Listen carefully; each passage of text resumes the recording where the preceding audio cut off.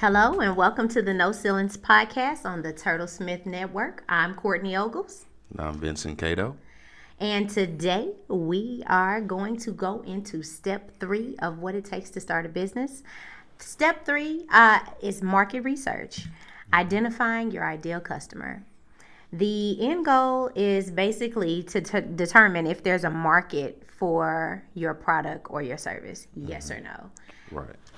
Now, Scott and John talked about this, and they really broke it down. I know if you out there in TV land have had the chance to look at those videos, they're quite lengthy, and I think that there is a lot of information in that everybody definitely needs to know. What do you think? Absolutely. I definitely agree with you on that, Courtney. All right, so let's just go ahead and jump right in. Let's do it. No time to play. So what I did in order to get a little bit of information to put out there to our viewers, I wanted to use the example of a lemonade stand. Okay. So let's say you want to start a lemonade stand in your neighborhood, and before you jump in, you need to do some market research to figure out if it's a good idea or not. And so this is kind of my idea of what it looks like in simplified terms. Okay. You want to define your market size and identify your demographic. So first you need to figure out how many people could potentially buy your lemonade. Mm-hmm. And so we got to talk about this. We got to figure out like what type of lemonade we're talking about. Mm-hmm. Is this lemonade going to be sweet or is it unsweet? I mean, that's important. Right, and it's important absolutely. for a few different reasons. But your market size is also important as well, so that you can basically have profits. So we know that everyone in the neighborhood is not going to buy lemonade, right? Right. So who is going to buy your lemonade? 9 times out of 10, it's going to be kids. Mm-hmm. You set up a lemonade stand in a neighborhood or at a park, kids are gonna want to drink some lemonade. Mm-hmm. They love sweet drinks, right? Yes, they do. All right. So who else?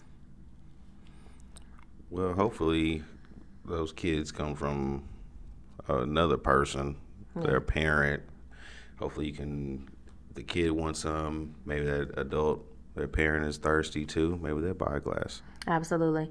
So like if it's a hot day, you may get adults to buy some, but I mean, majority of them are kids. Mm-hmm. Now, if you're talking about like the elderly or people who are health conscious, right. They may avoid it due to the amount of sugar content that's in the drink. Mm-hmm. But I will say this: that's why I started out and I said sweet or unsweet. I heard you say that. I haven't seen too many unsweet lemonades, but I guess that would create you somewhat of a niche, right? Correct. Okay. You could do it with stevia.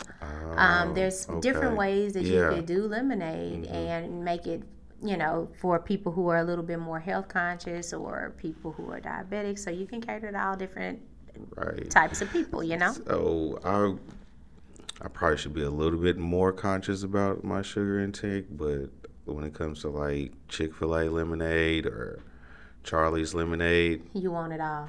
Just give me all the sugar. Pulp and all. Just give me the pulp, the sugar, all of that. I don't. Please don't put the what do you call it? Stevia? Yeah, don't put that in there. Don't put that in there. Mm-hmm. You want regular cane sugar, pure cane sugar. Yeah, give me that. Ugh. I don't.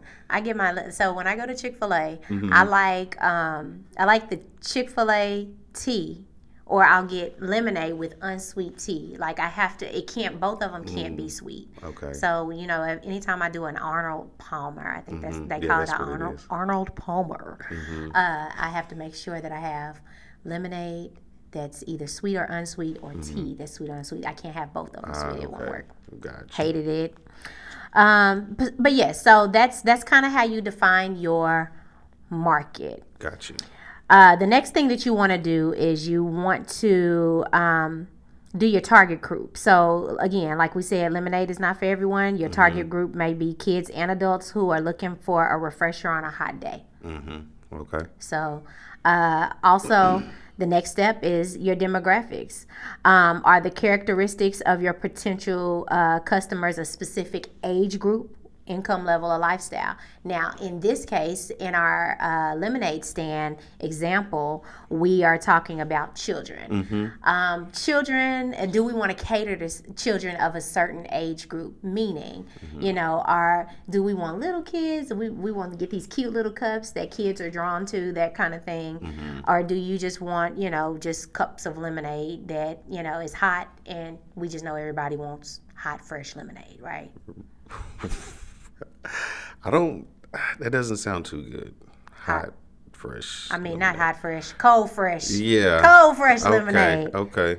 We might get On a the hot cold day. on a hot day. On a hot day. There Okay. it is. Now we working with how you say you're working with Crisco? Have you ever had spicy lemonade though? I have. With the jalapeno. Yep. You did that before? You did it in Texas. No, I did it. I'm a Here? bartender too. Oh, okay. Yeah. So. Okay. So I just gave you another idea here in this example. Okay, we're gonna keep on moving along. Yeah. Another niche group. Yep.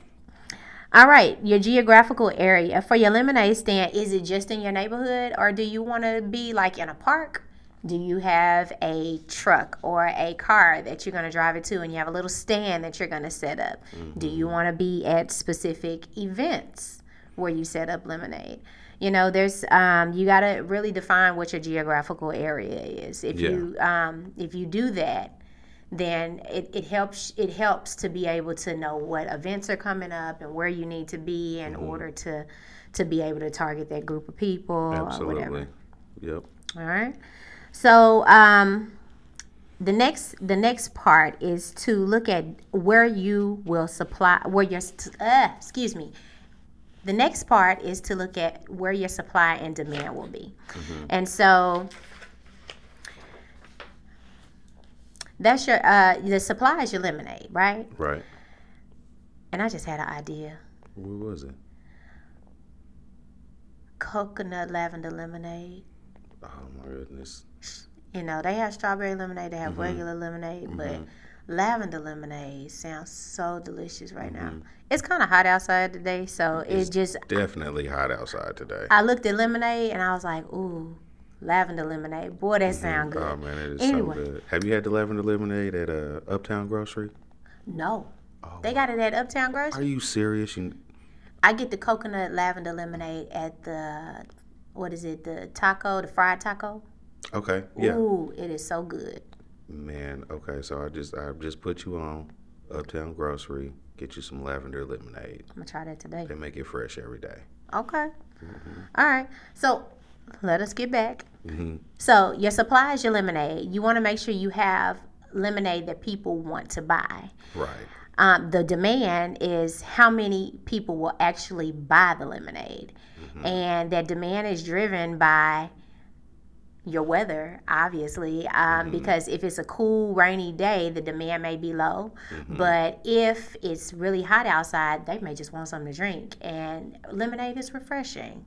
So is that lavender. Right. It's refreshing. It gives that refresh. Like, I'm gonna jump into that bartender stuff. Yeah. Like, lavender is refreshing. Yes, it is, absolutely. So no matter what you do on a hot day, that drink is going to go down, and that lavender, when it goes down, is just so refreshing. It's just like, yeah, I can feel it right now as you say that. I love lavender. And so you want to make sure that you are prepared for the demand of the day. Absolutely. This also, in this particular example, I know if you're really trying to start a business, you probably want to have a business that is going to be something that is going to have a high demand most days. Right. But with the lemonade stand, it's probably more of a part-time gig, kind of like a snow cone business. There are some places where you could do this all year round, but depending on where you live, you may want to really think about that in terms of something like a lemonade stand or snow cones. And something like this is, you can say it's seasonal. Yeah. Or just depending on your market research, just determining if it's going to be seasonal. Yeah. Depending on the demographic or where you are, can determine how much supply and demand you're going to run into, because you can say, like you're saying, events. Cowboy Hall of Fame event. You have this special lavender lemonade. What better place to sell? Somebody's going to be thirsty there. Yeah. And you also want to have realistic expectations. When you set up that stand, everybody ain't gonna buy your lemonade. No. You know what I'm saying? Everybody's not gonna that walks by. Some people may not even like lemons. No. I mean, legit. Realistically. Yeah. So, maybe 1 in 5 people are going to stop by and want the lemonade. Right. And that's normal, but you always want to make sure that you set realistic expectations. And also remember that you have a target group of people that you're going after. So as long as you're reaching your target group, you should be, somewhat satisfied that you're hitting that mark. Absolutely. So is the market growing or shrinking? And when you say that, you want to know, are there, if you live in a neighborhood that has a lot of older people or, health conscious people, you may not get as many people in your neighborhood, right? That want to buy lemonade, and so that's going to cause your market to shrink in that particular area.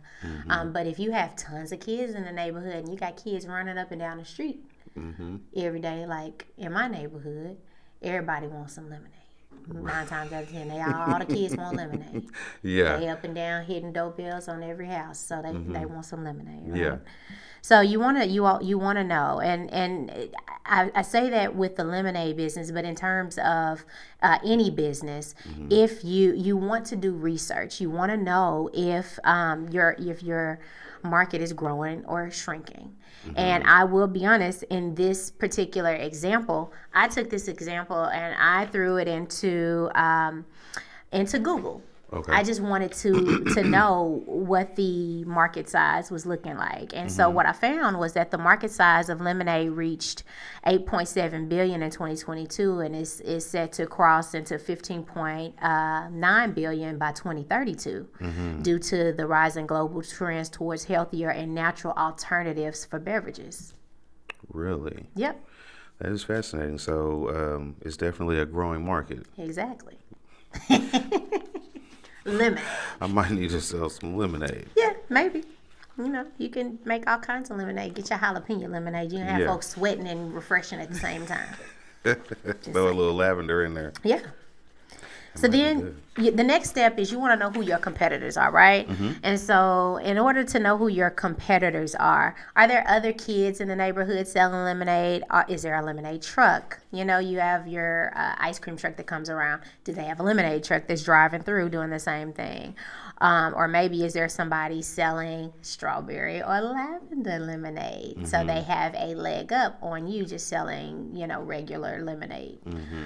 Competitors are going to be anyone who sells anything that is similar to what you have and could take customers away from you.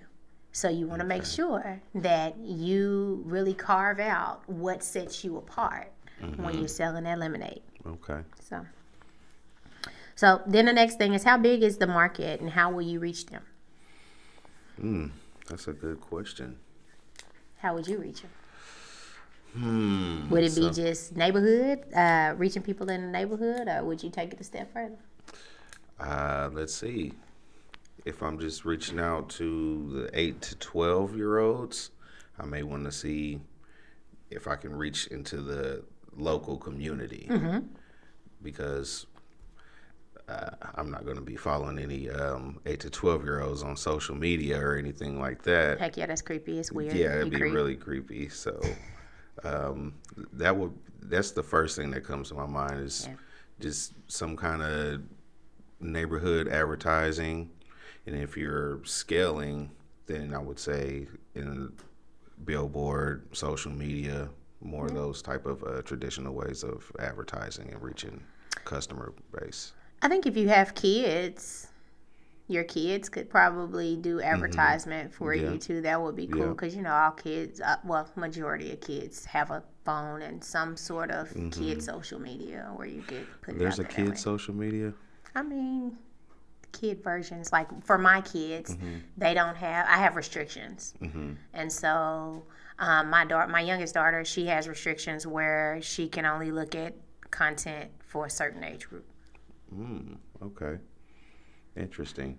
I'm not that much into social media, let alone know that kids do that as well. Oh, when you get into stuff like they get on what is it, Minecraft and stuff like that. Like you really got to be careful. So I'm really particular, Right. when it comes to that because you've got creeps out there looking at kids and trying to target kids for different reasons. Yeah. It's unfortunate. Yep.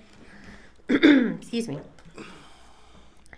And so the SWOT analysis, I think, is also good too. You always want to do a SWOT analysis with any business that you have. Now, I know Scott and John talked about the SWOT analysis. He said do one for your business and do one for yourself as well, which is really good. Yeah. For this one, I did a SWOT analysis on the business itself. And so I'll just go through these briefly. Okay. With the lemonade stand, with the strengths, you want to have strengths, weaknesses, opportunities, and threats. And so on the strengths, your lemonade is made fresh. It's cheap. Okay. And it's right there when people are thirsty. Okay. You know, your weaknesses come when you realize that you really can't sell in the rain. Nobody's going to come out to your lemonade stand in the rain. And that you're competing either with a corner store or someone else who is selling drinks. Lemonade. And so if you have a stand and there's a corner store and it's raining, you got a double whammy there. So, me personally, I'm going to go to OnQ. I'm going to hit the drive-through up. Okay. You're not going to support the lemonade stand?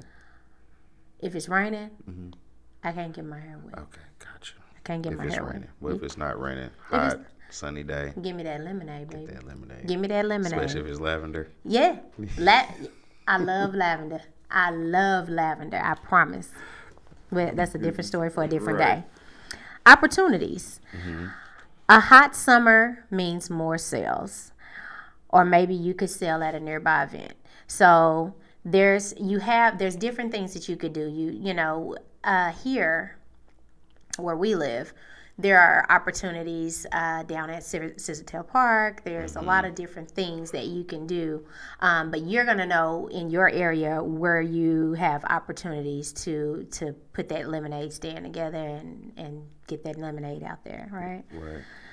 Threats. Some of the threats would be someone else setting up a stand and trying to compete with you, and they got better lemonade, or bad weather, and that, of course, can impact the sales, right? Yeah. It necessarily doesn't have to be better lemonade. They could be selling the exact same lemonade across the street. Customer service is a big one with that, too. Yeah. If you have poor customer service, I'm going to go to bro over here. Yeah. Assist over here instead of coming to you if your customer service is terrible. You are absolutely right. And customer service, customer experience, that goes a long way with just retaining a customer or client. Yes. Yeah. That is so true. I ordered something the other day and it was taking forever to get here. And I had to email the lady a couple of times, and I asked her, like, what's going on? I need this for a reason, and it was just taking forever for her to get it to me. But her customer service was so great that even though I was angry, I was like, I completely understand. You can't control the postal service, whatever. And it was funny because after we had that final conversation and I explained to her why I needed it was for a gift. And I needed it pretty quickly because it had already been like 2 weeks. And I was like, what is going on?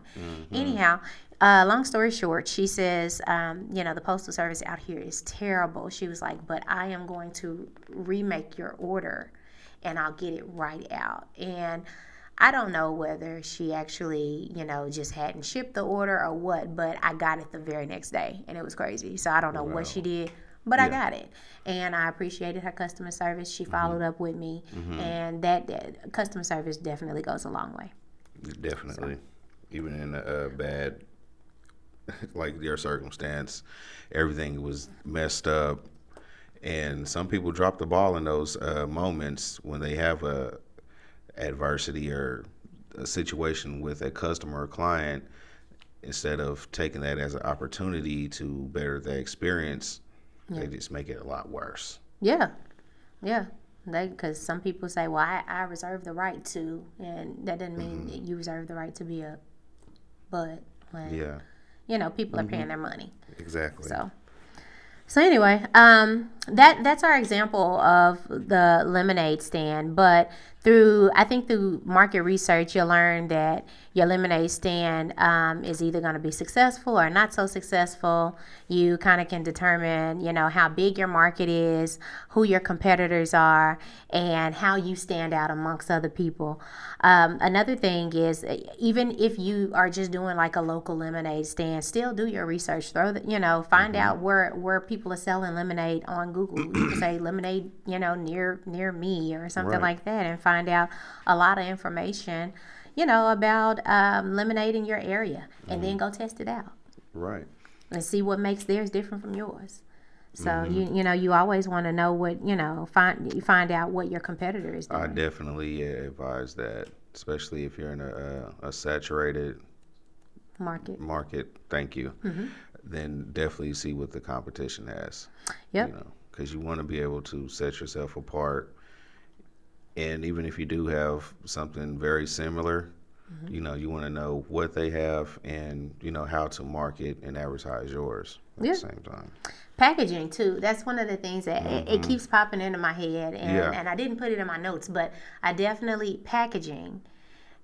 If you get to the point where it's no longer just lemonade in the summertime, like, you want to look at like the packaging, how could you package this up? And it may not be fresh lemonade at that point, that you're making, but lemonade that you can sell somewhere, Right. you want to think about it. I think that was a great way to kind of take this example and then show how it can grow and scale. Yeah. So that was really awesome. Thank you. You're welcome. All right. Well, do you have any other thoughts on the lemonade stand example? No, I think that was a great example that you provided with us today, and the way you broke it down was phenomenal. I think you can take that information and kind of take that across the board. You just use your imagination. You're so creative that I'm sure that comes to you naturally. Maybe. Okay. All right. Well, with that, we will close out this segment and we will move to business struggles. Okay. What do you say? Business struggles as far as market research? Yeah. So when you started doing bail bondsman, did you do market research? I didn't. You didn't? I didn't. That's why I took this example and I wanted to really break it down and be able to go through the process of doing that. When I had my bail bond license, I just wanted to jump right in and start doing bonds, making money. Right. I didn't think about that. I didn't think about a specific, my specific group, or the target market was people who were going to jail. Right. I didn't factor in people who may not be in jail that had warrants. I didn't factor in people who may have tickets that where they had warrants for that. You may have a felony warrant, but you may have a city warrant as well. So there's a market for all of those things. Yeah, when you were saying that, I'm like, oh wow, like there's so many different people that would need a bail bondsman that are not technically in jail or criminal per se, but just things like that. They couldn't make it to court or something, that they forgot a court date, they got a warrant, and they have to do, is it a walkthrough that they have to do when they have that warrant? Yes. Okay. They would do a walkthrough. Gotcha. And so that is those are things that I didn't think about. I also didn't think about the different types of bonds that I would do. So I will say, in all honesty, there are some bonds that I didn't want to write. For example, Oral and forcible sodomy. ooh, Things like that. Like there were certain bonds that really just were triggering. And the thing I had to remember is this is my job. This is what I do. But I also have morals and values. But I also had to remember that these people are innocent until proven guilty. right. And so I think with that, it made it a little bit easier for me to write these bonds. But then once they go through the court process and they're found guilty, then I still feel like crap, on charges like that, especially depending on what it is. Like, so I got to the point where, I'll be honest, I didn't want to write specific types of bonds, and I didn't. But I had to, in the beginning, a lot of times you don't have those options. You know that you got a bond, and this might be the only one for a couple of weeks until you start to build your business up. And so that was one of the things that kind of bothered me. Right. What about you? Market research, I definitely something that I like to see done when starting a business. You learn a lot about the business just in that step. Mainly price of goods, who is going to pay the price for those goods, and you learn a lot about people that way. When you start thinking about market research, you think about how people wake up in the morning, what's going to make their day easier. Those type of things. You get very, it can get very psychological and deep when you start thinking about the things that go into market research and how you want to effectively get your product out to the people. Yeah. And not only that, you can, I think that you can use social media and the community networks to kind of gauge interest in certain things. Right, absolutely. I think that that's helpful. I think that women and minorities also often have strong cultural ties to specific markets, and so I think that's a very important, that's very important information, to know when you are out here doing market research and you're trying to figure things out. Right. I mean, that can be advantageous or disadvantage. Yeah. So you have to be aware of those things in your market. Yeah. What impact do you think market research has on minorities? The impact, and when you say that impact, how do you mean? I mean, like, depending on like the type of market that they're going into, is it a struggle? In other words, culturally, some of the businesses that we want to do, you may not have a lot of market research available. When we're talking about the cultural aspects of things. And so I guess what I'm saying is, how do you think that affects, minorities when they are going through the market research process and trying to find information on the specific industries that they're trying to get into? It can definitely be frustrating and disheartening in the beginning.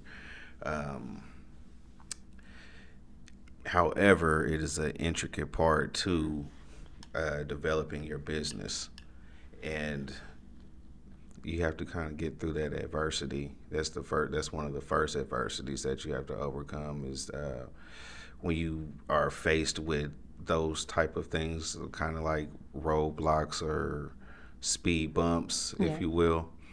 I remember just me as a young man coming across those type of situations. It really makes you think about what you're doing, and think about, moving forward, if you really want to move forward with what you're doing, because you don't know. You know, you're trying to figure out this certain part of the market, and it isn't making any sense to you. You just don't understand that.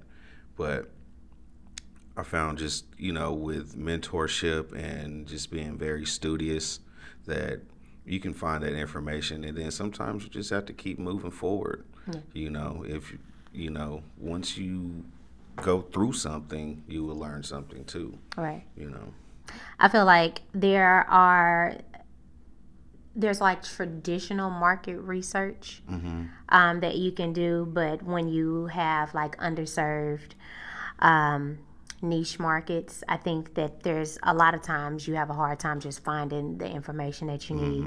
And I personally think that the solution to that is really to just get out into your community and just community outreach, focus groups, some of the community networks that are on social media. Right. I think that those kind of help with that. Yeah. Now, as opposed to before we had social media, as those big as groups it is, and because that is really something like those that's, Facebook groups and yeah, things. it's something that's kind of newly emerging in the social media world. Not, I wouldn't say newly, but it's becoming more popular. Yeah. I would say that. I think that that's really good. I think that's kind of where you find people who are doing things, similar to what you're doing, and it may not be exact, but you can use them, to do focus groups and to get feedback and to get more information and find out where they're getting their information from. It's a network. Yeah. Yeah. So I think that's kind of some of the things that you can do. I mean, and the reason why I bring that up is because we come up with these crazy ideas. I think about some of the businesses that we have here in our state, and there are so many unique businesses where you really may not be able to find anything like it. Right. And so that's the reason why I bring that up. Like, how do you navigate when you can't find anything that's similar to what you're doing? So no, I believe that. That's definitely right about that. We do have some unique places here that, like, how do they even come up with that and kind of see that through? Yeah. And like I was saying, though, definitely sometimes there's not any information that's going to be readily available to you, and you just have to kind of go through it. Yes. Yep. Go through it to get to it is what I like to say. And then you become the person with the information. Exactly. You become the person that starts to put out information relating to that particular niche or industry. Right. The student becomes the teacher. Yep. You got it. Do you have anything else on business struggles? No. So I was wondering, from market research, what would be the actionable advice that we have to give to the people today? Well, I would first say before you do anything, you got to research. And I know that in the last couple of steps, we've been doing quite a bit of research. Yeah. But also, if you listen to Scott and John, they definitely put out there that, there's quite a bit of hours that you're going to be doing a lot of research. And it's important. John emphasized how important it is and how he wished that he would have done a lot of that research on the front end to prevent some of the obstacles that he had,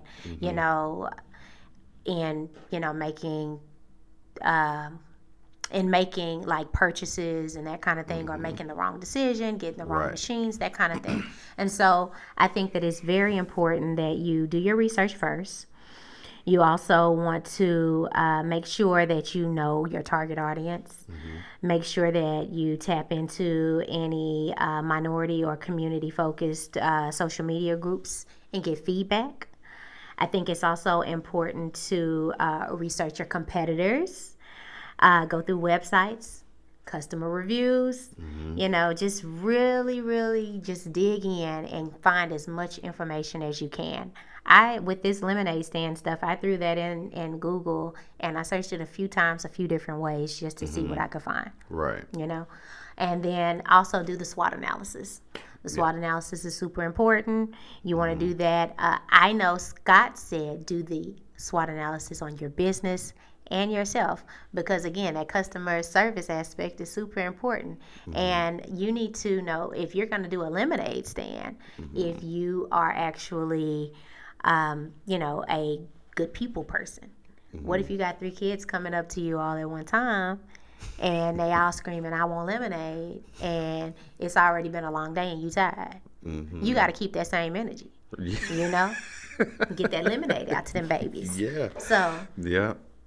So anyway, that's pretty much all of the actionable advice that I have on this episode. You have anything else? No, just when you're doing your market research, just know that